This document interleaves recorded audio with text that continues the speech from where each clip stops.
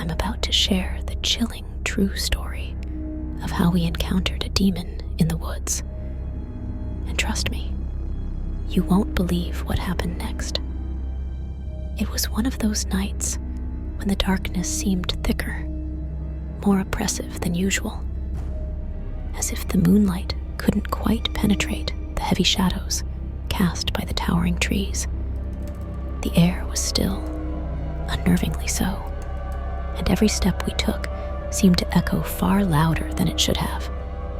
The forest was alive, not with the sounds of animals or the rustling of leaves, but with something else, something that watched us from just out of sight. There were 4 of us that night. Me, my best friend Mark, his girlfriend Emily, and my cousin Jake.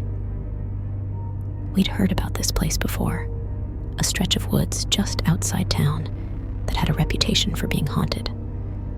There were stories, whispers really, about people who went in and never came out, or those who did, but were never quite the same. The locals called it the Devil's Hollow, and the tales spoke of a demon that stalked these woods, a malevolent presence that fed on fear. We didn't believe any of it, of course. We were just a group of 20-somethings looking for a thrill, something to break the monotony of our small-town lives. So, when Jake suggested we check it out, maybe even spend the night camping, it seemed like the perfect adventure. We packed up some gear, grabbed a few beers, and set off with more bravado than sense. The first hour was uneventful. We laughed, joked, and mocked the stories that had put a chill down our spines back in town. The path was narrow, winding through the dense underbrush, and though the trees loomed high above us, we didn't feel scared. At least, not at first. But as we ventured deeper into the woods, something shifted. The light seemed to fade faster than it should have, and the air grew colder, biting through our jackets. The forest, once filled with our laughter, became eerily quiet. Not a single animal sound, not even the chirp of a cricket. It was as if the woods were holding their breath, waiting. I glanced at Mark, who was usually the loudest among us, and saw the unease mirrored in his eyes. Emily clutched his arm, her earlier excitement replaced by a nervous tension that she tried to laugh off, but failed. Jake, the one who had been most eager to come, was uncharacteristically silent, his eyes darting around as if he sensed something we didn't.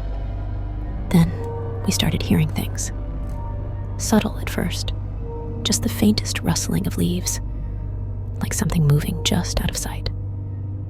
We brushed it off, convincing ourselves it was just the wind or a small animal. But the sounds grew louder, more distinct. Footsteps. Not ours, but something heavier, moving through the trees parallel to our path.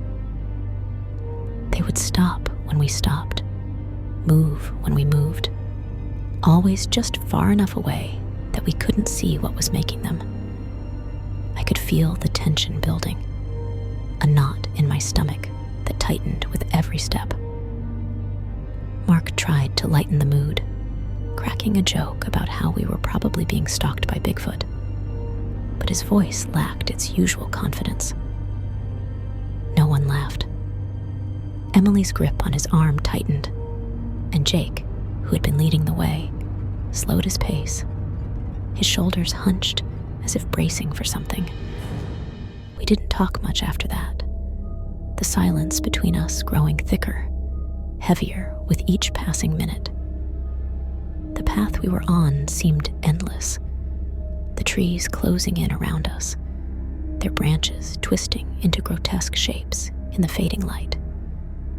The sense of being watched was overwhelming, a constant prickling on the back of my neck that made it impossible to relax. And then, without warning, it happened. The footsteps that had been following us suddenly stopped, And the silence that followed was so complete, so unnaturally oppressive, that it felt like the entire forest was holding its breath. We stood frozen, straining our ears, trying to catch any sound, any movement. But there was nothing, just an eerie, unnatural stillness. Then, out of the corner of my eye, I saw it, a shadow, darker than the night itself, slipping between the trees. It was there for a fraction of a second, but in that moment, I knew it wasn't human. It was too tall, too twisted, its limbs too long and thin. My breath caught in my throat, and I could feel the blood draining from my face. I wasn't the only one who saw it. Mark let out a strangled gasp, his eyes wide with terror.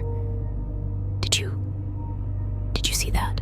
he whispered, his voice trembling. Before anyone could answer, the shadow moved again, this time closer, more defined. It stepped out from behind a tree, and I finally got a good look at it. The thing was horrifying, a grotesque mockery of a human form, its skin stretched tight over a gaunt frame, its eyes nothing but hollow pits of darkness. Its mouth, if you could call it that, was a gaping maw filled with jagged, uneven teeth, dripping with something that gleamed in the dim light. For a moment, none of us could move. We were paralyzed by the sheer terror of the thing standing before us. Then it took a step forward, its long, bony fingers reaching out, and that was enough to break the spell.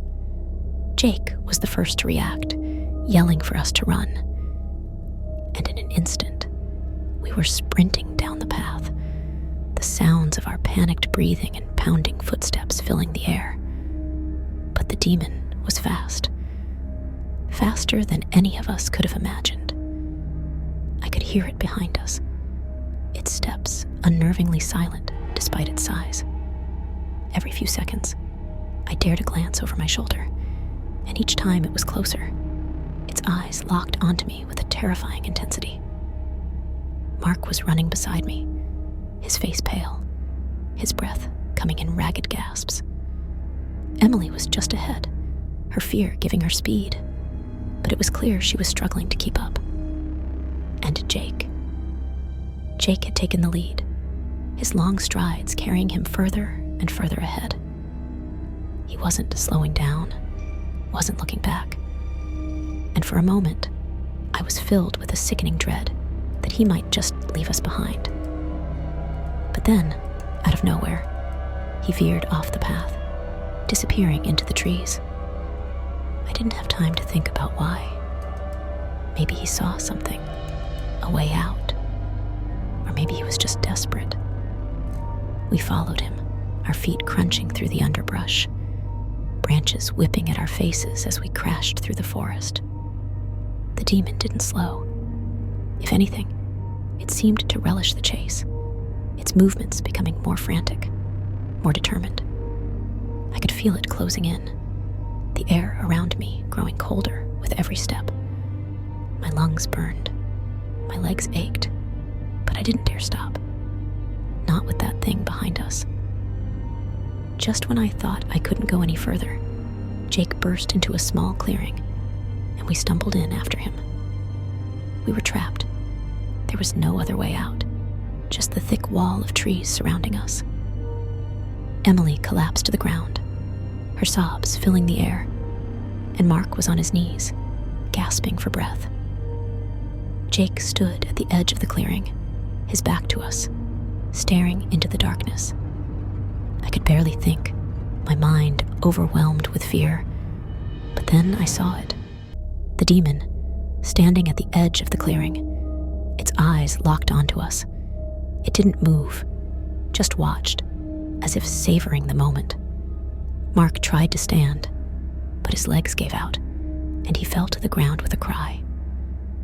The demon's head snapped towards him, and in that instant, I knew it was going to attack. I don't know what came over me.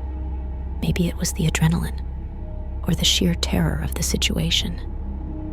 But I moved without thinking, grabbing the first thing I could find, a thick branch, and swinging it with all my strength. The branch connected with the demon's arm, but it barely flinched. Its attention turned to me, and I felt a cold dread wash over me. I backed away, my heart pounding, but it was too late. The demon lunged, its fingers wrapping around my throat, lifting me off the ground as if I weighed nothing. I couldn't breathe, couldn't think. The world started to fade, black spots dancing in my vision. I was going to die. I knew that with a terrifying certainty. But then, out of nowhere, there was a flash of light, bright and blinding, and the demon recoiled, dropping me to the ground. I gasped for air, my vision swimming, and when I looked up, I saw Jake standing there, holding a lighter and a can of spray paint. Improvised, but effective. The demon hissed, its skin smoking where the flame had touched it, and for the first time it looked afraid. It backed away, disappearing into the shadows as quickly as it had appeared, leaving us alone in the clearing. We didn't wait to see if it would come back.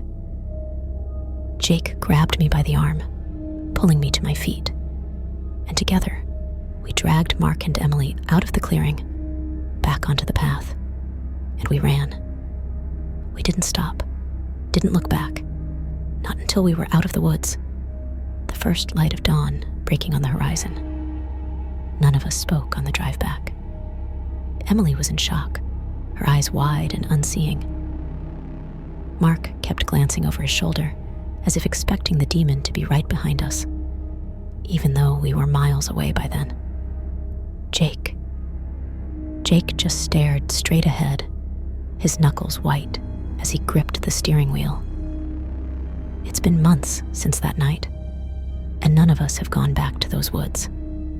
We don't talk about what happened, not really, but it's always there, lurking in the back of our minds. Mark and Emily broke up a few weeks after. She couldn't handle being around him, the constant reminders of what we'd seen. Jake moved away, transferred to a different college, and I haven't heard from him since. As for me, I'm still here, still trying to make sense of it all. I don't sleep much anymore. How can I, knowing what's out there? Knowing that somewhere, in those dark, twisted woods, that demon is still waiting, still watching, still hungry. I don't know what it wanted, why it let us go, or if it will come back.